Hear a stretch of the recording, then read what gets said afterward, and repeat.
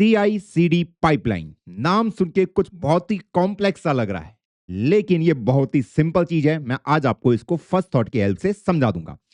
इसकी पहली तो फुल फॉर्म है कंटिन्यूअस इंटीग्रेशन, कंटिन्यूअस डिलीवरी या डिप्लॉयमेंट। पर ये है क्या भैया? चलो अज्यूम करो कि आप हो जिसने कोडर आर्मी की वेबसाइट को बिल्ड किया है और उस वेबसाइट को आपने किसी सर्वर के अंदर होस्ट कर रखा है, जहां पे कि लाखों यूजर मेरे कोडर आर्मी वेबसाइट को विजिट कर सकते हैं और जो भी उनको टास्क परफॉर्म करने हैं उसको वो वहां पे कर सकते हैं। वीडियो देखना है, कोड रन करना है, जो भी उनको करना है, जो भी मैंने उनको फीचर प्रोवाइड कर रहे हैं करंटली। अब एक बार जब मैं वेबसाइट बना देता हूं तो क्या मैं उसके ऊपर कुछ अपग्रेड नहीं करता? क्या मैं उस वेबसाइट के अंदर कुछ बग फिक्स नहीं करता? क्या मैं उसके अंदर कोई नया फीचर नहीं डालता? हम बार बार नए नए फीचर्स डालते रहते हैं ना। हाँ, तो भाई मैं तो हूं कोडर, तो मैंने अपने लैपटॉप के अंदर मान लीजिए मैं सिस्टम डिजाइन का एक नया फीचर अपनी वेबसाइट कोडर आर्मी के अंदर डालना चाहता हूं, जहां पे कि बच्चे विजुअलाइज कर पाएं कि वो आराम से सिस्टम डिजाइन की वीडियो देख पाएं, वो वहां पे उसको टेस्ट कर पाएं, वहां पे उसके आर्टिकल्स पढ़ पाएं। अभी ये फीचर वहां पे अवेलेबल नहीं है, तो मैंने अपने लैपटॉप पे बैठ के उसके कोड को लिखा मस्त तरीके से। अब एक बार जब मैंने कोड लिख दिया तो मैं क्या करूं? सीधा उस कोड को पकड़ के सीधा सर्वर पे डिप्लॉय कर दूं, या फिर उससे पहले मुझे चेक करना चाहिए कि क्या ये सही से काम कर भी रहा है नहीं कर रहा? जब आप लीड कोड के अंदर भी काम करते हैं या कोई भी कोड लिखते हैं, पहले आप उसको टेस्ट करते हैं ना, सीधा आप उसको किसी को तो देते नहीं हो। हाँ, पहले हमें क्या करना पड़ेगा? उस कोड की टेस्टिंग करनी पड़ेगी। और हमें यहाँ पे क्या करना पड़ेगा? दूसरा, हमें उस कोड की सिक्योरिटी भी तो चेक करनी पड़ेगी। कहीं ऐसा तो नहीं है कि भैया मेरे इस नए सिस्टम डिजाइन को फीचर को इंटीग्रेट करने की वजह से मेरे कोड के अंदर कोई लूप होल क्रिएट हो गया हो, जिससे कि कोई हैकर मेरी वेबसाइट को एक्सेस कर पाए, कोई हैकर मेरी वेबसाइट का एक्सेस ले पाए। तो हमें यहाँ पे सिक्योरिटी चेक्स भी लगाने पड़ेंगे। और इसके अलावा मुझे और क्या देखना पड़ेगा कि हमें देखना पड़ेगा कि यार मेरे कोड के अंदर कहीं कोई डेड कोड प्रेजेंट तो नहीं है, कोई ऐसा वेरिएबल तो प्रेजेंट नहीं है जिसको हम इस्तेमाल नहीं कर रहे हैं, कोई अनयूज्ड कोड तो नहीं है, कोई अनयूज्ड फंक्शन तो नहीं है। क्या मैं अपने इस कोड को और ऑप्टिमाइज कर सकता हूं? तो डिफरेंट डिफरेंट चीजें हमें यहाँ पे करनी पड़ती है। अब आप मुझे बताइए, इस कोड की टेस्टिंग कौन करेगा? भैया मैं ही करूंगा, क्योंकि मैंने बिल्ड करा है, मैं ही करूंगा।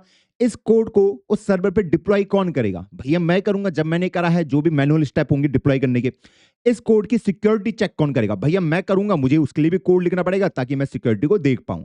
तो यहां पे आप देख रहे हो कि एक बार आपने फीचर बिल्ड कर दिया जो कि आपको करना है, उसके बाद उसकी टेस्टिंग करना, उसकी सिक्योरिटी को चेक करना, उसको जाके डिप्लॉय करना उस सर्वर पे, ये सारा काम आपको और एडअप करना पड़ रहा है मैन्युअली, जबकि ये सारा काम ऑटोमेशन पे हो सकता है। और यही काम आपके लिए CI/CD पाइपलाइन करती है कि आप सिर्फ कोड लिखने पे फोकस करो, डिप्लॉयमेंट की टेंशन आप मत लो। मैं आपके लिए सारी टेस्टिंग करूंगा, मैं आपके लिए सारी सिक्योरिटी चेक करूंगा, मैं आपके लिए बिल्ड देखूंगा, मैं आपके कोड को ऑप्टिमाइजेशन देखूंगा, जो भी आपको फीचर ऐड करने मैं उन सबको देख लूंगा। ओके, बस आप अपने सिस्टम डिजाइन को फीचर को बनाओ, बाकी काम मेरे पे छोड़ दो, बाकी मस्ती आप मेरे पे छोड़ दो। को देख भी लेते हैं। मान लो मेरी कोडर आर्मी की वेबसाइट ये रही, जो कि इस सर्वर पे प्रेजेंट है। तो मैंने मान लो, और यहां पे कोई दूसरा यूजर है जो कि कोडर आर्मी की वेबसाइट को विजिट कर रहा है। फिलहाल के लिए वो पुरानी ही वेबसाइट को देख रहा होगा। तो मान लो मेरे पास तो कोड पड़ा होगा कोडर आर्मी का। हाँ, तो मैंने उसके अंदर एक नया फीचर इंप्लीमेंट करा सिस्टम डिजाइन का। ओके, अब एक बार मैंने इसको बिल्ड कर दिया तो मैं क्या करता हूं, ये जो कोड है इसको पुश कर देता हूं कहां पे? अपने गिटहब अकाउंट के अंदर। ये मान लो मेरा गिटहब का अकाउंट है, तो मैंने इसको गिटहब के अंदर पुश कर दिया। अब एक बार जब ये गिटहब के अंदर ये कोड पुश हो गया, तो सबसे पहला काम मेरा यहां पे क्या होता है? मुझे सबसे पहले यहां पे चेक करना पड़ेगा। मैं यहाँ पे मेरी CI/CD पाइपलाइन ऑटोमेटिकली यहाँ पे इंट्रोड्यूस हो जाएगी। जैसे आपने कोड को पुश किया, आपकी ये पाइपलाइन ऑटोमेटिकली आपके लिए ट्रिगर हो जाएंगी। अब वहां पे सबसे पहले ये क्या चेक करता है कि भैया सबसे पहले आपके कोड पे दिखेगा कि कोई आपके कोड के अंदर कोई सिक्योरिटी इशू तो नहीं है। सबसे पहले आपके उसमें क्वालिटी को चेक किया जाएगा, कहीं इसमें वही डेड कोड तो नहीं है कि कोई फंक्शन जिसको इस्तेमाल ही नहीं किया जा रहा है, कोई अनयूज्ड वेरिएबल, कोई लिंटिंग इशू। तो सबसे पहले आपके जो भी कोड आपने पुश किया उसकी क्वालिटी इशू को चेक किया जाएगा। उसके बाद इस पे चेक किए जाएंगे सिक्योरिटी इशू, जिसको हम स्टैटिक बोलते हैं। ये कैसे हैं स्टैटिक सिक्योरिटी? कि ये आपके कोड को रीड करेगा, सिर्फ रन नहीं करेगा, सिर्फ रीड करेगा और देखेगा कि भैया इस कोड के अंदर क्या क्या दिक्कत है। कहीं आप ऐसा तो नहीं कर रहे हो कि भैया जो भी आप अपने यूजर का पासवर्ड सेव करा रहे हो, कहीं वो आप प्लेन टेक्स्ट तो नहीं करा रहे हो, कहीं आपके कोड के अंदर कोई API की इंटीग्रेटेड तो नहीं है हार्ड कोडेड वे में। तो ये आपके लिए वो सारे स्टैटिक सिक्योरिटी चेक करेगा। इसके साथ ये दिखेगा कि अगर आप किसी और फाइल के अंदर डिपेंडेंट हो, कहीं वो फाइल कॉम्प्रोमाइज तो नहीं है। तो ये सब कुछ ये स्टैटिक सिक्योरिटी चेक करते हैं। एक बार आपने ये कर लिया, उसके बाद आपके इस पूरे कोड का एक बिल्ड एनवायरनमेंट क्रिएट करा जाता है, या फिर मैं उसको बोल दूं कि उसकी डॉकर इमेज क्रिएट करी जाती है ताकि मैं उसको रन कर पाऊं।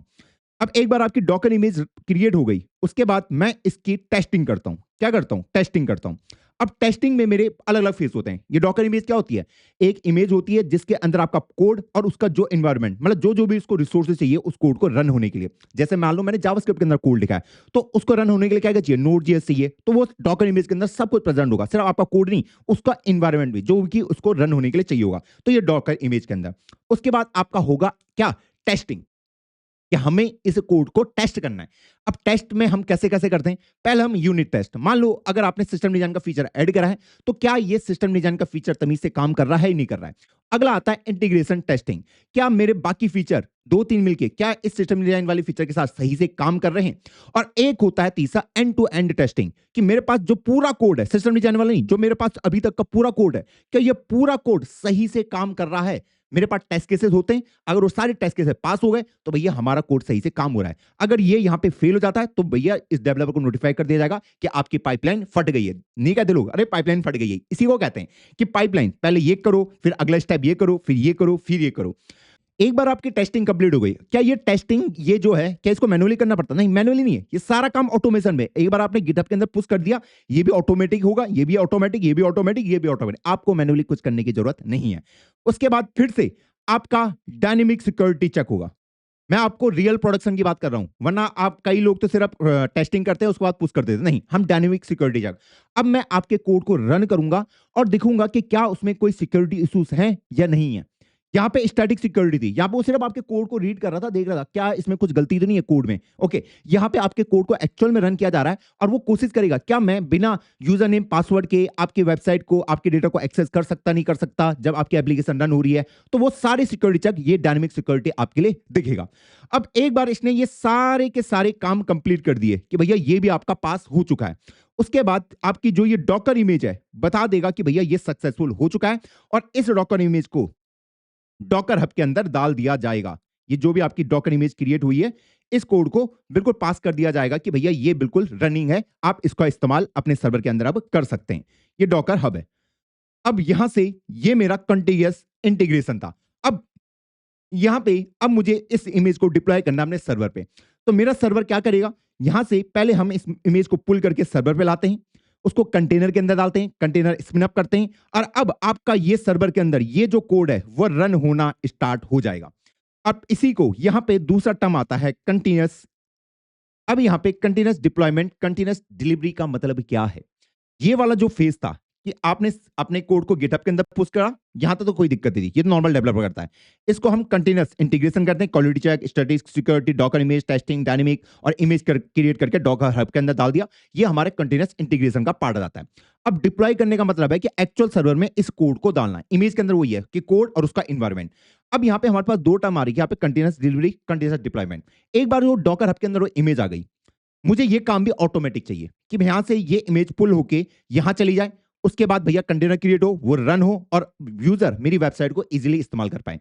पर यहां पे मैं चाहता हूं कि एक मैन्युअली पहले इस इमेज को देखे और यहां पे बटन क्लिक करे और उसके बाद ये सारा काम ऑटोमेशन में जाए, तो उसको हम कंटीन्यूअस डिलीवरी का नाम दे देते हैं। अगर मैं ये चाहता हूं कि ये ऑटोमेटिकली डिप्लॉय हो जाए, कि जैसी इंटीग्रेशन के बाद इमेज आई ये ऑटोमेटिकली पुल होकर यहां चले जाए और उसके बाद वो रन होना स्टार्ट हो जाए, तो उसके लिए हम टर्म देते हैं कंटीन्यूअस डिप्लॉयमेंट का। तो ये अलग अलग स्ट्रेटेजी आपकी इंडस्ट्री में यूज होती है। कोई लोग डिप्लॉयमेंट को फेवर करते हैं, कोई डिलीवरी को, लेकिन मैक्सिमम लोग अगर आप देखोगे इंडस्ट्री का जो स्टैंडर्ड है वहां पे डिलीवरी को ज्यादा देखा जाता है कि एक बार आपकी पाइपलाइन भले ही पूरी तरीके से रन हो गई, आराम से चल रहा है, लेकिन डिप्लॉय करने से पहले कोई मैनुअली उसको एक बार देख ले कि हाँ सब कुछ सही है, उसके बाद डिप्लॉय के लिए एक बटन क्लिक करे और वो बटन क्लिक होते ही आपका ये पूरा काम, पूरा फ्लो आराम से काम करे। ये होता है आपका CI/CD का काम। अब आप बोलोगे भैया जब मैंने सिस्टम डिजाइन का फीचर यहां पे बिल्ड किया था तो क्या मैंने यहां पे टेस्टिंग नहीं करी थी? आप यहां पे भी अपने लोकल लेवल पे अपनी टेस्टिंग करते हो। इवन लोकल टेस्टिंग भी आप करोगे जब आप कोई फीचर बिल्ड करते हो अपने कंप्यूटर के अंदर। इवन आप देखोगे क्या मेरा बिल्ड फेस सही से काम कर रहा है। अब बच्चे बोलते हैं भैया बिल्ड फेस क्या होता है? बिल्ड फेस बोलने का मतलब ये है कि यार जब मान लो अगर आप C++ का कोड लिख रहे हैं, आपने लिखा हाँ, तो क्या वो डायरेक्ट रन हो जाता है?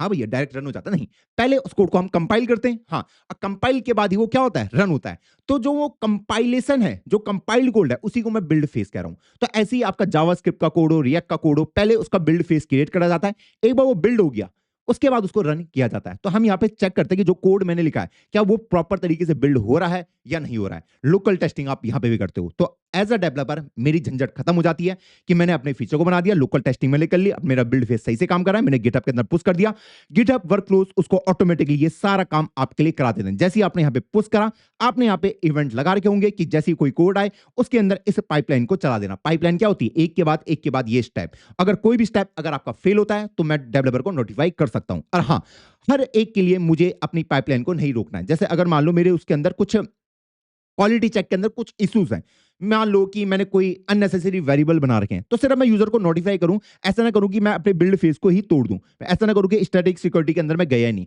क्योंकि वो उतना क्रिटिकल नहीं है ना। तो ये हमारे ऊपर है कि हमें अपनी पाइपलाइन को कैसे चलाना है। अगर मुझे लग रहा है कि नहीं, मेरी कंपनी ऐसी है कि अगर मेरे कोड की क्वालिटी खराब है, ऑप्टिमाइज नहीं है, तो मैं भैया उसको वहीं पे रोक दूंगा। तो ये आप ये सारी चीजें खुद कॉन्फ़िगर कर सकते हैं, इसमें कोई बड़ी बात नहीं है। तो यहां पे हमें एज अ डेवलपर हमें सिर्फ फोकस करना था कोड लिखने पे, कि मैं अगर कोई फीचर बिल्ड कर रहा हूं, ये डिप्लॉयमेंट तक का इशू को मुझे फेस नहीं करना। और इसीलिए यहां पे आपका CI/CD पाइपलाइन का इस्तेमाल होता है, जहां पे ये सारा काम ऑटोमेशन पे चलता है। ये सारे टेस्ट केसेस, सारे सिक्योरिटी वाले, ये सब के सब आपके पास ऑलरेडी प्रेजेंट रहते हैं, आपको उसकी टेंशन लेने की जरूरत नहीं है। वरना आप खुद सोचिए, आप एक किसी कंपनी में काम करेंगे, आप दिन में बहुत सारे पुश मारते हो, बहुत सारा कोड पुश करते हो, तो हर कोड अगर आप पुश कर रहे हो गिटहब के अंदर, तो वहां पे आप ऐसा नहीं करोगे कि आप जाके मैन्युअली टेस्ट कर रहे हो। वो ऑटोमेटिकली वो पाइपलाइन रन होती है जो आपको बता देगी कि आपका कोड सही है नहीं है, ये सब कुछ आपको बार बार करने की जरूरत नहीं है। गोल क्लियर है? हाँ, वरना मेरा फोकस क्या हो जाएगा कि भैया मैं कोड भी लिख रहा हूं, मैं फीचर भी बिल्ड कर रहा हूं, और ये सारे काम भी मैं ही कर रहा हूं। तो फिर भैया हमारा जो प्रोसेस है वो स्लो हो जाता है। और एज अ डेवऑप्स इंजीनियर ये आपके सारे काम भी होते हैं, जो आपकी ये CI/CD पाइपलाइन वगैरह को बिल्ड करना इस प्रोसेस के। ये प्रोडक्शन रेडी है, इसके अंदर आप बताइए हम और क्या चीजें ऐड कर सकते हैं। अगर मजा आया है लिख दो भैया, स्वाद आया है, अभी और वीडियो चाहिए ऐसे ही लिख देना कमेंट। नेक्स्ट वीडियो कुबरनेटिस के ऊपर, मिलता हूं आपको किसी नई वीडियो में, तब तक के लिए जय हिंद, जय भारत।